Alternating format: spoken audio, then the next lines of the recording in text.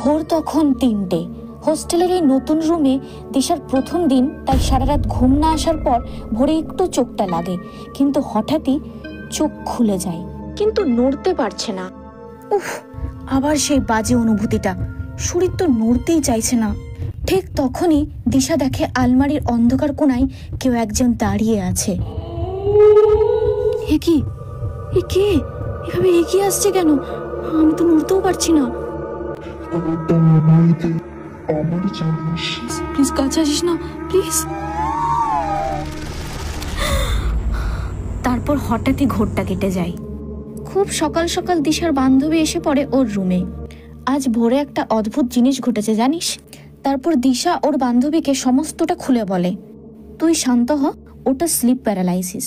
ওটা ঘুমের একটা অবস্থা, যখন গভীর ঘুমের মধ্যে মস্তিষ্ক হঠাৎ জেগে ওঠে, কিন্তু শরীর তখনও ঘুমিয়ে থাকে, তাই নড়তে পারিস না।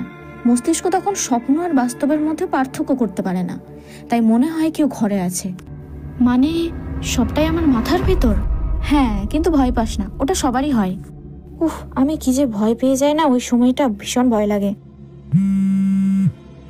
এই আমি আসি, বুঝলি তো? দিশা আয়নার সামনে বসে ভাবছিল, সবটাই মাথার ভেতর। কি কেউ নেই তো?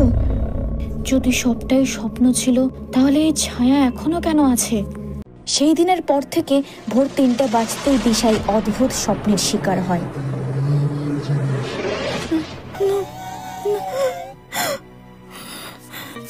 খুব সকালে দিশা ঘুম থেকে উঠে ফোনে সার্চ করছে স্লিপ প্যারালাইসিস রিয়েল স্টোরিজ। ও দেখে অনেকের একই অভিজ্ঞতা, সবাই কি একই হ্যালুসিনেশন দেখে। দিশা, হঠাৎ দিশার বান্ধবী এসে পড়ায় সে একটু স্বাভাবিক হয়ে বান্ধবীকে বিষয়টা আরো ভালোভাবে খুলে বলে। ওটা আমার জিনিস, আমায় দে। কোন জিনিস? আচ্ছা, তোর মালাটা বেশ সুন্দর, কোথায় কিনেছিস? এটা এই রুমে শিফট হওয়ার সময় এখানে এটা পাই। কার না কার জিনিস, ওসব গলায় ঝোলাস কেন? শোন, তোকে সিনিয়র দিদিরা বলতে বারণ করেছিল তুই ভয় পাবি বলে। এই রুমে যে মেয়েটা আগে থাকতো, ওর বাড়িতে প্রায় ঝামেলা হতো, ফোনে চিৎকার করে করে কথা বলতো।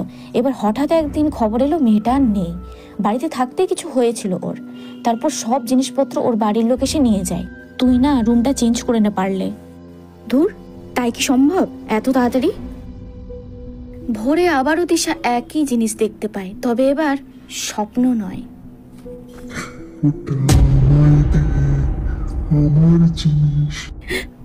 হ্যাঁ, ওই যে রাখা আছে, জানাবার নিয়ে নাও, আমায় যেতে দাও।